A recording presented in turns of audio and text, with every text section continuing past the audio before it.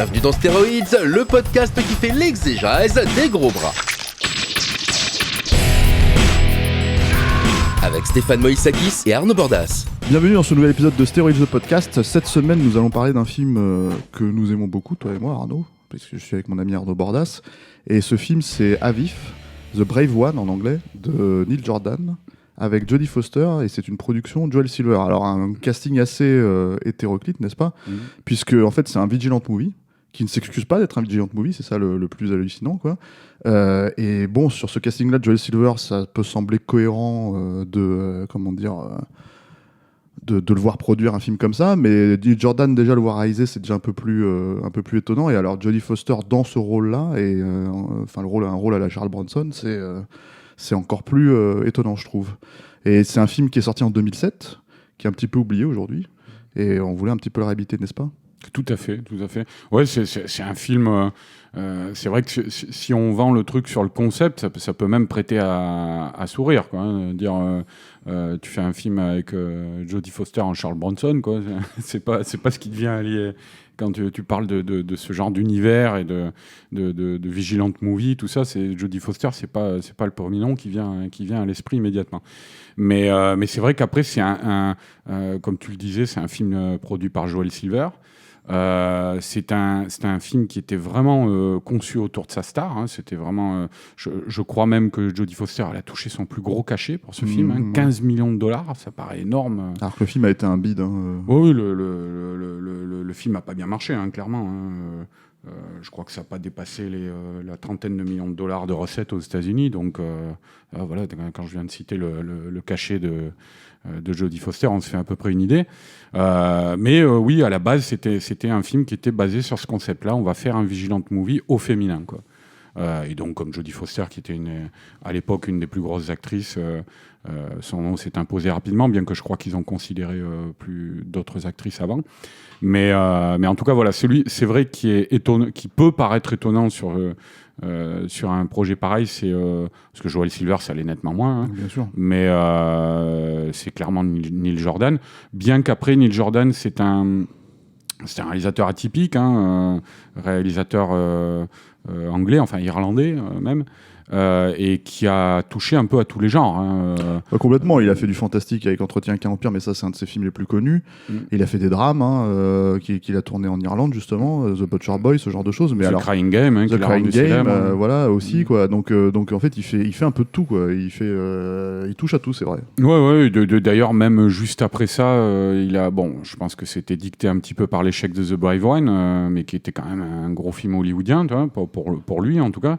Il a enchaîné avec un tout petit film tourné chez lui en Irlande avec Colin Farrell, là, Ondine, là, qui était un film de sirène naturaliste. C'est vraiment un tout petit film, quoi. Donc oui, c'est quelqu'un qui a une versatilité comme ça, et puis il le dit dans les entretiens, hein, qui se cache pas d'aimer le genre. C'est vrai que le côté vigilante movie du film est totalement assumé et revendiqué jusque dans ses interviews, quoi.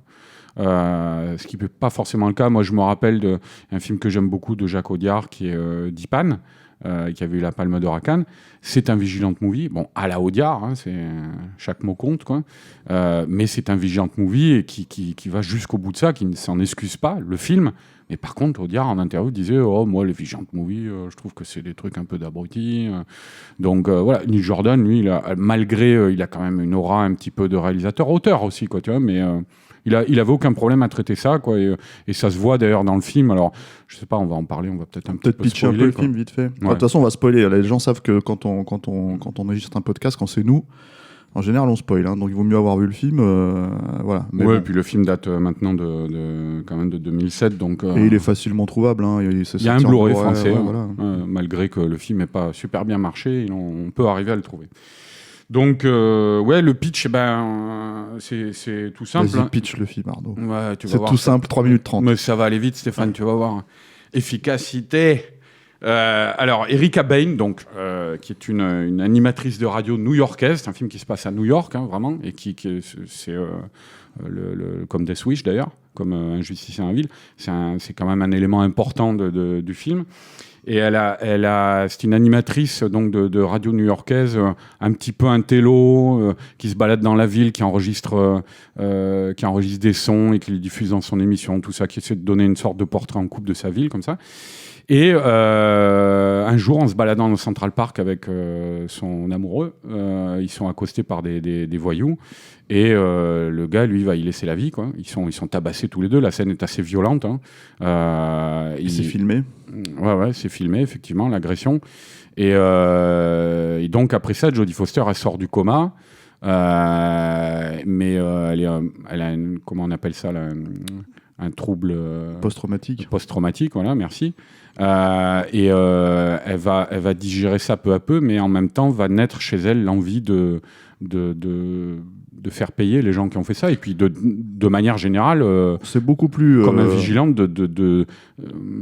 d'assainir un petit peu les rues de sa ville, quoi, même si elle le formule pas comme ça, quoi. Moi je trouve que c'est un peu plus fin que ça, justement, en fait, parce que d'abord, en fait, elle a besoin d'une arme pour se défendre parce qu'elle a peur, et ensuite elle rentre dans ce système-là. Je voulais pas trop détailler le pitch quand même. C'est pas une question de détailler le pitch, c'est en fait, ce qui est intéressant là-dedans, c'est justement que avec ce trio d'acteurs, je veux dire de players autour du film, en fait, on a le meilleur des trois mondes, on va dire. En fait, on a un vrai portrait en creux de personnage.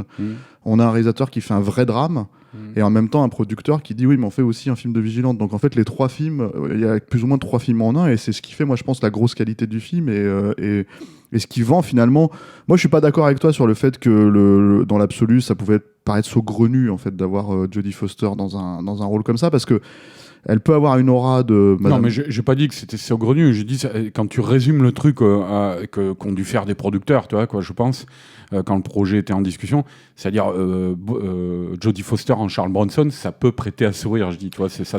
Mais pas après Le Silence des agneaux, je pense, déjà. C'est-à-dire qu'en gros, elle a quand même démontré qu'elle pouvait avoir des rôles de femme forte. Et surtout, il y a un autre truc, c'est que un personnage comme celui-là, pour traiter ce malaise sociétal, en fait, cette problématique comment dire, pour utiliser les termes de politicien d'insécurité, ce genre de choses, en gros, c'est bien de prendre quelqu'un qui peut renvoyer à une Madame Tout-le-Monde, en fait.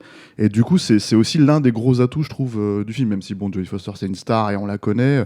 Et puis, c'est-à-dire, en général, dans l'histoire des genres au cinéma, les genres progressent, produisent des films intéressants justement quand il y a un travail sur les codes de genre, avec des innovations, avec des décalages, des choses comme ça. Donc effectivement, se dire on va faire Un justicier dans la ville, mais on va le faire du point de vue d'une journaliste intello new-yorkaise, tu vois, une femme, tout ça, ça peut être intéressant, pour peu évidemment qu'il y ait des gens motivés et talentueux à la tête du projet, mais ça peut être intéressant de créer une sorte de film de genre un peu différent, quoi, tout simplement, et un peu frais, un peu novateur.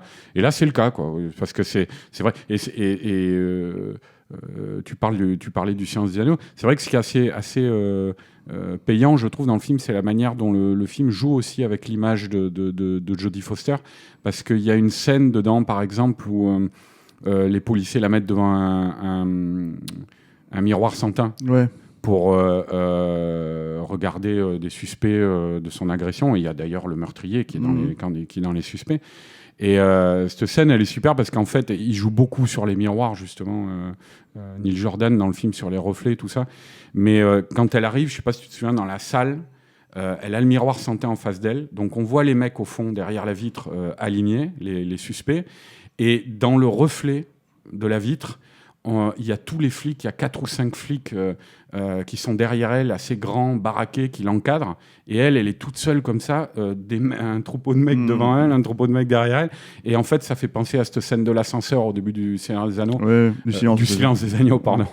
Où elle se retrouve comme ça, où Jonathan Demme la filme, vraiment, elle vient de faire son jogging, elle rentre dans l'ascenseur, et puis il y a les 5 mecs autour d'elle qui la cernent.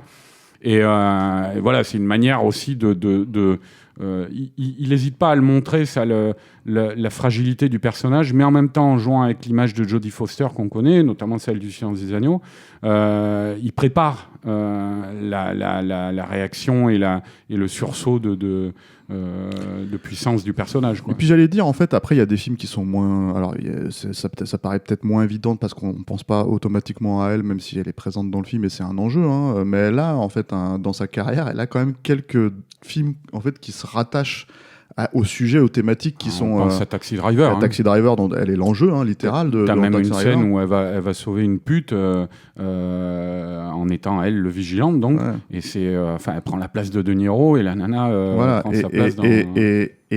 Et ensuite, tu as aussi, par exemple, un film comme Les Accusés, quoi, où elle est victime de viol. Et, tout à fait. Ouais. Voilà, donc en fait, il y a quand même des choses, je pense que c'est des thématiques qui l'intéressent et qui, du coup, elle s'investit aussi quand elle fait ce film-là, quoi. C'est-à-dire que c'est pas juste un gros film de studio avec un high concept, on va dire, attention, c'est Death Wish, mais version féminine, quoi. Et je pense que ça fait partie, mais je pense que ça fait partie aussi des problématiques du film, c'est que c'est un film qui a été à l'époque distribué comme un drame. Ce qui fait que je pense que les fans de Vigilant Movie sont pas forcément allés le voir, on va dire. Et en même temps, en fait, c'est un film qui encore une fois, propose le tout, quoi. C'est ça qui est intéressant. Il y a notamment, dans le film, il y a une scène, en revoyant le film aujourd'hui, c'est d'autant plus flagrant, en fait, parce que ça a été refait et refait. C'est qu'ils reprennent la scène du métro dans le premier Death Wish. Ils mettent des voyous accostent voilà. Jodie Foster de même qu'ils accostaient. Voilà, exactement. Et en gros, cette scène, elle a été reprise depuis dans Joker. Et voilà. Et en fait, elle est tellement mieux dans À Vif, quoi, que... C'est-à-dire, ça fait partie justement de l'intelligence de Neil Jordan, c'est-à-dire de ne pas prendre de haut le genre qu'il investit et d'utiliser la mémoire le souvenir qu'en ont les spectateurs pour raconter son histoire. Il y a quelques petits autres trucs comme ça. Il y a une scène aussi où, comme Bronson dans le premier film, elle rentre chez elle et elle vomit, quoi, après avoir tiré sur des mecs. Moi, je suis pas sûr de ça, mais comme c'est tourné un peu dans les mêmes lieux, il y a un plan, il faudrait se renseigner, mais il y a un plan où elle est dans Central Park, elle a commencé sa croisade, là, hein, et elle arrive devant un escalier, elle s'arrête, et elle repart en arrière. Et on ne sait pas trop pourquoi, quoi. Et cet escalier semble être l'escalier qu'il y a dans Central Park, là, où, dans Death Wish, où Bronson tue un ou deux marlous, là, à un moment dans le film. Là, et ça avait servi même d'affiche, hein, cette scène. Donc je me demande si c'est pas carrément un clin d'œil avoué, quoi, tu vois. Mais en tout cas, il y a clairement ça dans le film. Le film dialogue avec ses prédécesseurs, et notamment avec son prédécesseur le plus emblématique du genre, quoi. Et il utilise ça dans sa narration, quoi. Après, il y a un truc, Stéphane, parce qu'on n'avait pas fini le pitch, qu'il faut dire quand même, parce que c'est un élément très important de l'intrigue, c'est qu'elle va commencer ce que j'appelais sa croisade, là, en butant les marlous là, qui gangrènent la ville de New York. Mais en même temps, il y a un flic, comme dans tout bon vigilante, hein, dans Justicier dans la ville, c'était le commissaire joué par Vincent Gardenia. Là, c'est Terrence Howard qui joue le flic qui enquête là-dessus et qui est un type assez brillant, hein, le personnage qui connecte les choses et qui remonte peu à peu jusqu'à Jodie Foster. Et donc, on a les deux choses en parallèle où ils se tournent autour. Il y a parce que par exemple dans Injustice dans la ville, Vincent Gardenia, bon, c'était le rôle du flic un peu chafouin là, mais perspicace, tu vois, un peu à la Colombo là, un peu revêche mais intelligent quand même. Bon, c'était un peu un cliché. Mais là, il y a une vraie relation qui se développe entre le personnage de Terrence Howard et celui de Jodie Foster, et qui est vraiment superbement traité, quoi, hein. Voilà. Alors, pour reparler encore d'un plan avec un miroir, il y a une scène dans le film qui est une des plus belles scènes du film, moi, je trouve, où en fait, c'est vers la fin du film, et Terrence Howard a compris que c'est elle, la justicière dont parlent les médias, qui est en train d'ensanglanter les rues de la ville. Elle a compris qu'il a compris, mais personne ne dit exactement les choses comme elles sont, quoi. Et ils sont à un comptoir de bar, et Neil Jordan filme toute la scène de face, avec Terrence Howard à gauche et Jodie Foster à droite. Donc on les voit de face, et ils se parlent en fait, sans jamais se regarder. Et donc, il y a ce jeu, justement, où ils ne se disent pas la vérité, mais tout en sachant que chacun sait, voilà. Et à la fin de la scène, quand tout est dit, là, il y a un plan, un contre-champ, il y a un miroir en face derrière le bar. Et on voit qu'en fait, ils se regardaient eux-mêmes pendant toute la scène. Donc on avait l'impression qu'ils ne se comprenaient pas, qu'ils ne se regardaient pas. Et là, on voit qu'ils se sont regardés chacun l'un l'autre pendant toute la scène. Donc voilà, ça, c'est vraiment la relation entre ces deux personnages. C'est pas juste une fonction de flic qui enquête, Terrence Howard. Il y a même peut-être quelque chose de l'ordre de l'amour platonique entre les personnages qui finit par naître. Complètement, mais ça ils le disent. Enfin, en tout cas, une amitié très forte en très peu de temps, quoi. Mais il y a aussi, comment dire, un élément. Alors là, on rentre vraiment dans le spoiler en fait sur le final du film. Moi, je sais que j'avais été assez emporté parce que tu parles d'éléments de mise en scène, mais il y a un truc en fait qui est très très fort. Pour moi, ce qui est très important dans le Vigilant Movie, c'est aussi la façon dont tu vas montrer la ville dans laquelle en fait les événements se situent, parce que c'est un malaise en fait qui frappe un personnage qui ne s'y attend pas en fait. Alors qu'en fait, il vit dans cet environnement violent, il vit dans cet environnement voilà. Et c'est une manière dans une bulle. Oui, dans une bulle, mais c'est une manière de dire ça peut frapper n'importe qui en fait dans notre société. C'est ça qui est hyper important. Et du coup, pour faire ressortir ça, l'idée, en fait, je trouve, c'est toujours d'utiliser les lieux et vraiment de les inscrire dans ton récit et la façon dont tu racontais ça. Neil Jordan, il le fait extrêmement bien, je trouve, dans sa façon de filmer New York, dans sa façon de mettre en scène Jodie Foster dans les rues, etc., etc. Et t'as le plan final, enfin un des plans finaux où elle est dans les ruelles, elle remonte toute la ruelle qu'elle a, voilà, elle repart. Le plan aérien. Et le plan aérien où il l'inscrit totalement là-dedans et elle s'enfuit. Moi, je me rappelle, je m'étais dit, une chanson par-dessus ouais. et elle bon, ça, c'est pas le meilleur truc du film, je trouve. Non, mais en fait, le feeling que ça donne au truc, c'est à la scène, avec ce plan aérien où d'abord, elle va dans une artère, et puis elle rebrousse chemin, elle va dans une autre. Et la façon dont la position du corps de Jodie Foster, elle est les mains comme ça écartées, on a l'impression qu'elle est paumée, qu'elle se cherche. Quoi. Et c'est ça le personnage. Et elle finit par trouver la sortie. Quoi, tu vois, quoi, c'est la fin de la. Et avant cette scène, il y a ce truc en fait qui pour beaucoup a été un revirement un peu étrange, qui est en fait qu'il la soutient en fait dans son comment dire. Dans sa quête de vengeance, en fait. Alors, je pense qu'il la soutient pas littéralement quoi, dans sa quête de vengeance, mais il s'est clairement attaché au personnage. Il y a pour le moins une amitié, comme tu disais, qui est née entre eux. Et je pense que ça part de là. Quoi. Donc, Est-ce que tu as ce moment en fait, où elle l'interview ? En fait, il y a un autre jeu que je trouve très intéressant dans le personnage de Jodie Foster, que je trouve assez bien écrit et assez complexe, en fait. C'est que elle cherche à se faire attraper.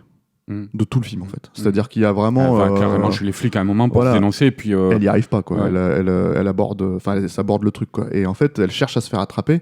Et notamment, elle court derrière le flic qu'elle sait qui potentiellement ce flic peut l'arrêter, quoi.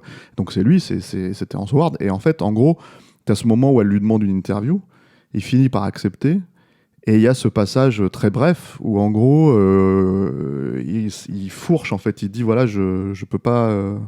si je pouvais, je dépasserais la loi, en gros, quoi. C'est-à-dire que Et en gros, il lui demande de couper ce passage. Et je pense que eux, ils justifient ça, ce petit truc, en fait, ce moment où le mec, il est au bord du précipice et qu'il est prêt à, comment dire, à sauter le pas et à laisser la loi derrière lui pour s'occuper des mecs qui traquent, quoi. Je pense que c'est comme ça qu'ils justifient le coup de main final, on va dire, si tu veux, quoi. Et bon, moi, ça me dérange moins. C'est-à-dire, je trouve que c'est englobé dans le film, mais c'est vrai que je trouve pas que ce soit aussi bien le personnage, je le trouve pas aussi bien défini, on va dire, que celui de Jodie Foster, quoi, qui pour le coup est plus complexe à écrire et plus. Le final, c'est pas juste un coup de main, hein.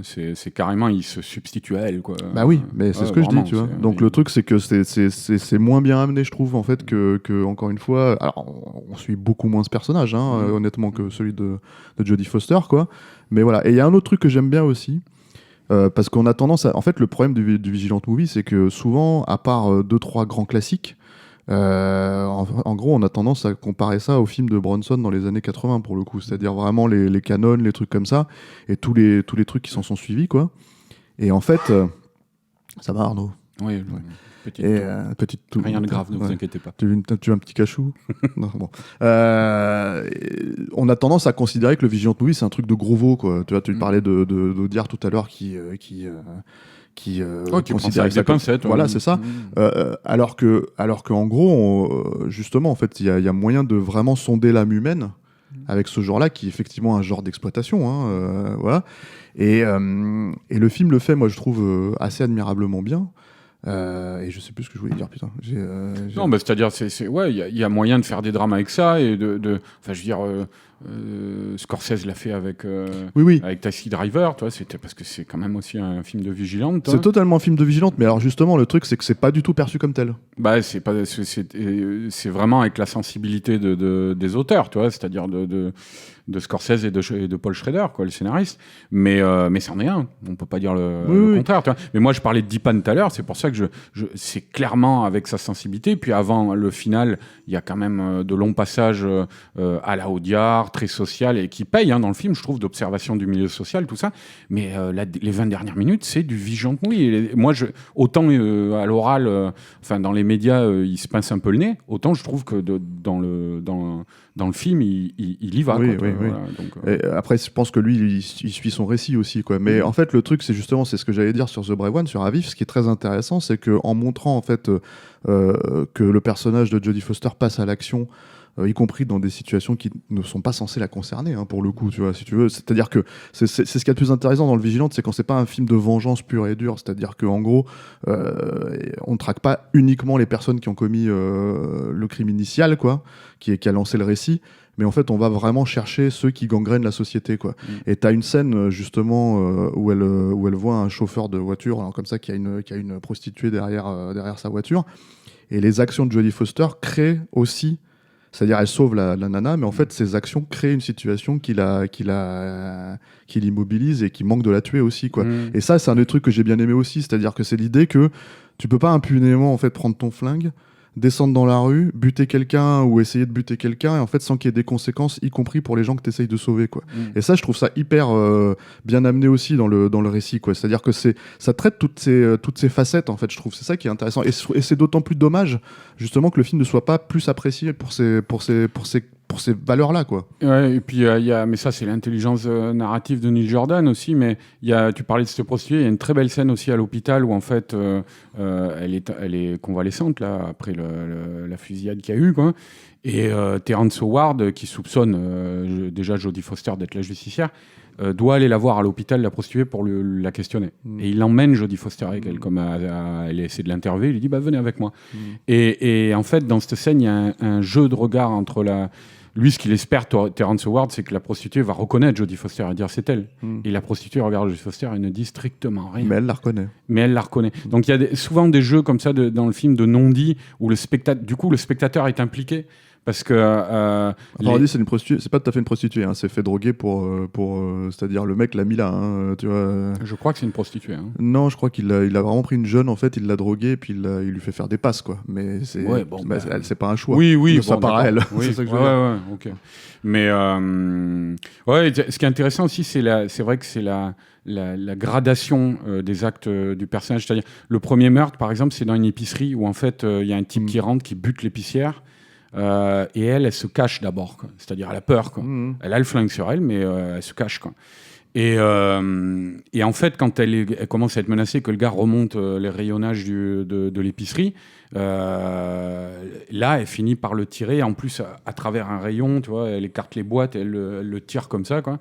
Après, ça va aller, tu vois, quand on voit la scène du métro, par exemple, elle y va, elle sort le flingue et boum, elle le bute à bout portant, quoi. Et puis là... là, elle le cherche même. Elle le cherche pas, mais en tout cas, elle l'attend. Voilà. Elle est prête, quoi.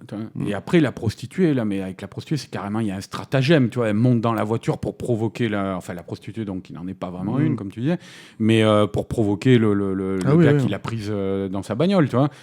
Vraiment, elle y va, elle est en mission, là, à ce moment-là, quoi. Donc, non, il y a une manière de montrer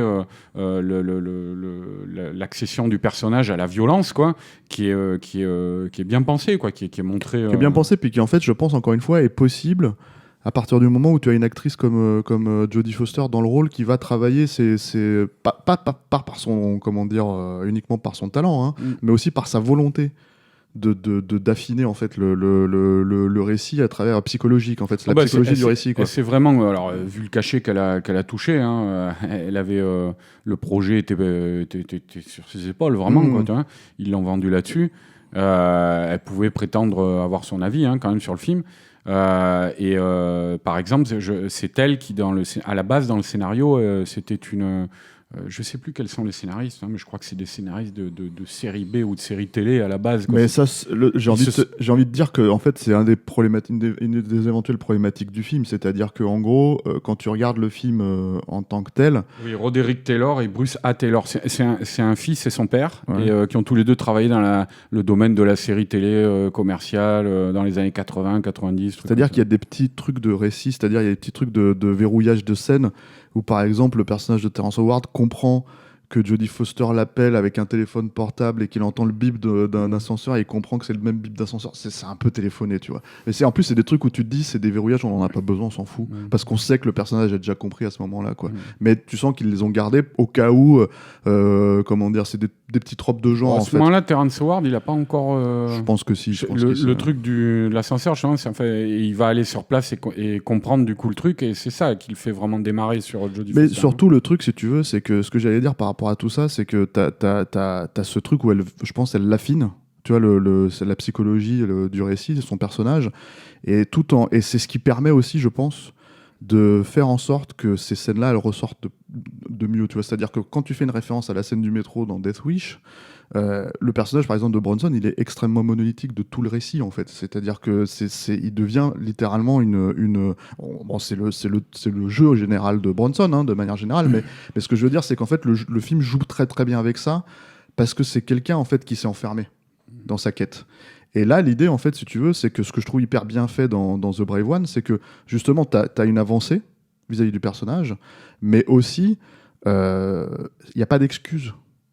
C'est-à-dire que pour prendre en fait des films qui refont, par exemple, il y a eu un remake de Death Wish officiel, hein, avec Bruce Willis qui est sorti il y a 2-3 ans, qui est une merde sans nom, hein, et qui pose en fait, c'est-à-dire, bon, déjà ils font un peu n'importe quoi, c'est-à-dire que les mecs ils disent, bon, bah alors Bruce Willis il tue un mec en lui faisant tomber une bagnole sur la gueule, en lui faisant tomber une boule de bowling sur la gueule, des conneries comme ça, quoi, ça devient n'importe quoi, donc t'es plus dans Death Wish 2, 3, 4, 5, tu vois. Non, puis la boule de bowling totalement par hasard, là. Voilà, c'est toi qui m'avais dit, ouais, y a-t-il un flic pour sauver le président, là? Mais c'est ça, et en fait, et l'autre truc, c'est que par exemple Joker, pour prendre la scène de Joker, c'est un truc où le personnage de Joker, enfin en tout cas de comment il s'appelle, Joaquin Phoenix, voilà, trébuche et fait pas exprès, en fait, si tu veux, de tirer des balles dans la tête des mecs. Mais donc... il fait rien exprès dans ce Voilà, film. c'est ça, et le truc, c'est que du coup, en fait, on justifie ce genre d'acte, si tu veux, ce qui fait qu'on annule en gros ce qu'on veut dire dans notre propre film. En fait, c'est ça le problème. C'est pas ce que fait The Brave One, justement. C'est ça qui est très intéressant. Et à cette époque-là, il y avait un autre film de Vigilante, moi, que je déteste. Je crois que tu avais bien aimé, toi, à l'époque. Alors attends, parce que je vais terminer sur ce qui faisait qu'il y avait exactement ce même type et qui, pour le coup, a été mieux vu, en tout cas par les fans de Vigilante, tu vois.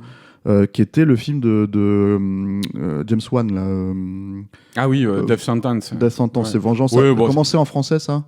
Vengeance aveugle, non, c'est pas un truc comme ça? Je sais plus. Enfin, Death Sentence. Bon, c'était un film d'exploitation, qui avait des problèmes. Hein, oui, des gros problèmes, mais c'est surtout qu'encore une fois, c'était un mec qui trébuche pour tuer les types, quoi. Tu vois, il vient les provoquer, puis il se casse la gueule, et en fait, le coup de feu part, quoi, tu vois. Il y avait des scènes où il y allait au gros fusil, là, et tout, quand même. Ouais, dans les 10 dernières minutes. Ok, le reste du film, c'est Pierre Richard, le mec. Donc le truc, si tu veux, c'est que bon, enfin voilà. Mais bon, parce qu'à la base, j'étais en train de dire, donc, vous me coupâtes, mon cher Stéphane. Je te dis plus rien. Non, mais j'étais en train de démerde-toi jusqu'à la fin du podcast. Par rapport à Jodie Foster, donc elle avait fait un petit peu réécrire le scénario, justement. Et parce qu'à la base, son personnage était un personnage de journaliste de presse papier. Et c'est elle qui a insisté, et je trouve que c'est une assez bonne idée, quoi, pour en faire une animatrice radio. C'est quelqu'un qui est littéralement à l'écoute de sa ville et que sa ville écoute, quoi, tu vois. Je veux dire, le premier plan du film, c'est un micro qui se balance sur une bouche d'égout à Times Square, quoi, tu vois, qu'elle tient comme ça pour enregistrer les bruits de la ville. Et justement, elle expliquait que ça donnait une interaction avec la ville que n'avait pas forcément un journaliste en train de taper sur sa machine à écrire dans son bureau, quoi. Et donc non, Jodie Foster, elle a clairement, on aurait pu penser aussi qu'elle pouvait encaisser le gros chèque, tu vois, et se dire bon, bah, je vais faire ça parce que ça va peut-être plaire, là, ça va peut-être marcher, tu vois. Mais non, c'est de même que Neil Jordan. Elle a pas ce genre de fonctionnement. Non, elle a pas ce genre de fonctionnement, Jodie Foster. Elle est toujours, en général, quand elle choisit un film, c'est qu'elle a des bonnes raisons, quoi. Et donc, elle s'est vraiment... Comme Maverick. Voilà. Ouais, bah après, c'est son amitié avec Mel Non, Gibson. non, Ça mais aussi, ça peut être une bonne raison, hein, quel que soit le Non, mais résultat du film. Hein. c'est une blague, mais c'est malhonnête de ma part. C'est quand même une actrice qui a beaucoup de films de qualité dans sa carrière. Ouais. Quoi, faut pas- Ouais, aller jouer la méchante dans un film comme Elysium, tu vois, c'est pas toutes les stars qui auraient fait ça, tu vois. Non, c'est une fille qui prend des risques à chaque fois, qui essaie d'aller vers la qualité. Et donc voilà, moi je trouve ça assez louable de sa part aussi de s'être investi à ce point-là dans ce film pour essayer de faire aller les choses au mieux, tout en étant dans un pur film de genre, quoi, qui ne s'excuse pas d'en être un, comme on l'a dit, quoi. Voilà. Donc on recommande. Ah, on recommande totalement. En fait, un film qui... 5 étoiles, Arnaud. Non, parce qu'à Allez, 6 chaque fois que tu termines une review, tu sais, t'as l'impression que les mecs ils vont aller. Non, mais pas nos auditeurs, évidemment. Hein. Non, pas et, nos encore, hommes. et encore moins nos tipeurs. Certainement pas. À qui on doit ta présence ici. Voilà. Voilà. Mais c'est vrai que souvent, quand tu fais une review, tu te dis, bon, il faut quand même préciser qu'en fait, on a bien aimé. Malgré le fait qu'on a passé une demi-heure à en parler. C'est clairement un film qui n'a pas eu non seulement la carrière, mais après la postérité. Il y a des films comme ça, des très bons films, qui sortent dans l'indifférence, qui n'existent plus après et qui sombrent dans l'oubli. Donc c'est pas mal justement de temps en temps de dire il existe ce film. Celui-là, il existe, il est bon, et surtout, moi je pense que le problème, c'est fondamentalement que c'est trop un drame pour être un Vigilant Movie, et que c'est trop un Vigilant Movie pour être un drame. Donc du coup, pour moi, le film est cohérent. Pour moi, le film est cohérent. Non, c'est équilibré. Ça, je dis pas le contraire, mais je parle de market. Je parle de perception. L'affiche française, c'était une affiche dégueulasse, jaunâtre, là, qui avait le visuel du Blu-ray, hein, d'ailleurs, où c'est Jodie Foster. Enfin, le Blu-ray américain, moi, c'est celui que j'ai. Il est pire. Hein. Ouais, je sais pas. C'est Jodie Foster en Photoshop avec un flingue. T'as l'impression qu'il lui a rajouté un flingue, mais ça doit être le flingue de quelqu'un d'autre. Mais je vois l'affiche. Alors là, c'est un truc un peu comme ils ont refait les jaquettes des Dirty Harry. Là. Venez voir notre film, il y a des guns. Ouais. Mais là, l'affiche française, je me rappelle ce truc avec un filtre jaunâtre où elle est debout, elle tient le flingue dans sa main, mais il est en bas de l'affiche. Je crois qu'il est coupé, on le voit à peine, quoi. Et elle a l'autre main dans ses cheveux comme ça, genre qu'est-ce qu'on a fait, quoi. Enfin voilà, bon, c'était peut-être pas la meilleure manière de vendre le film, mais bon, c'est aussi l'époque dans laquelle il a sorti. Hein. Il est sorti. Pour la petite anecdote, en 2007, quoi. Mais pour la petite anecdote, c'est la fin d'une époque, hein, cette époque. Clairement, parce que c'est quand même censé être des films du milieu, c'est-à-dire des films qui sont budgétés autour d'une star avec un gros cachet pour la star, mais finalement le film ne coûte pas si cher que ça. Celui-là, je pense qu'il a dû coûter 40-50 millions quand même, tu vois. C'est beaucoup. Mais en fait, ça reste un film du milieu pour un studio comme Warner, qui à l'époque avait des très gros projets, quoi. Et à l'époque, il sortait Dark Knight l'année d'après, tu vois, avec des films à 200 patates. Mais surtout, la grosse anecdote, c'est que ce film-là, et notamment, je crois, juste après, il y avait un remake des Body Snatchers avec comment elle s'appelle, Nicole Daniel Kidman. Craig et Nicole Kidman. Surtout Nicole Kidman, en l'occurrence, c'était ça la problématique, qui se sont viandés chez Warner, et en fait le patron de Warner à l'époque aurait fait passer un mémo complètement absurde en disant plus de films avec des femmes en tête d'affiche, quoi. Et ça avait créé un petit scandale sur internet, parce que ça avait été dévoilé, je crois, par Deadline Hollywood, qui est un blog assez connu là-bas et assez suivi, quoi, à Hollywood, et a raison, parce que c'est complètement débile, quoi. Ça c'est les décisions de cadre exécutif là complètement irraisonné. C'est tout le temps, ça, toi. Oui, c'est tout le temps, mais c'est marrant, en fait, si tu veux, que ça tombe sur un film comme ça, qui est pour le coup un film de qualité, quoi. Voilà. Donc on recommande. On recommande chaudement. Merci Arnaud. De rien, merci Stéphane. Merci aux tipeurs. Merci aux auditeurs, merci aux tipeurs qui ont permis ta présence ici. On peut se toucher la main, on peut enregistrer le podcast en se touchant la main comme des... Voilà, nous touchons la main, nous serrons la main. Parce que ça fait longtemps qu'on s'est pas vu. Si vous voulez nous soutenir, alors c'est une adresse, tipeee.com. Les mots-clés, c'est Capture Mag. Et puis, vous pouvez écouter nos podcasts sur les plateformes habituelles. Donc, il y a Podcast Addict, il y a Apple Podcast, il y a Google Podcast, il y a Spotify, Deezer, tous ces trucs qui traînent sur ton iPad, Arnaud, et que à chaque fois tu te dis où est-ce que je vais écouter mon podcast, j'appuie sur ça, quoi. Et puis nous on est sur les réseaux habituels, Facebook, Twitter, Instagram, et puis moi je vous dis à la semaine prochaine avec un film qui a probablement rien à voir avec ce qu'on vient de parler. Au revoir.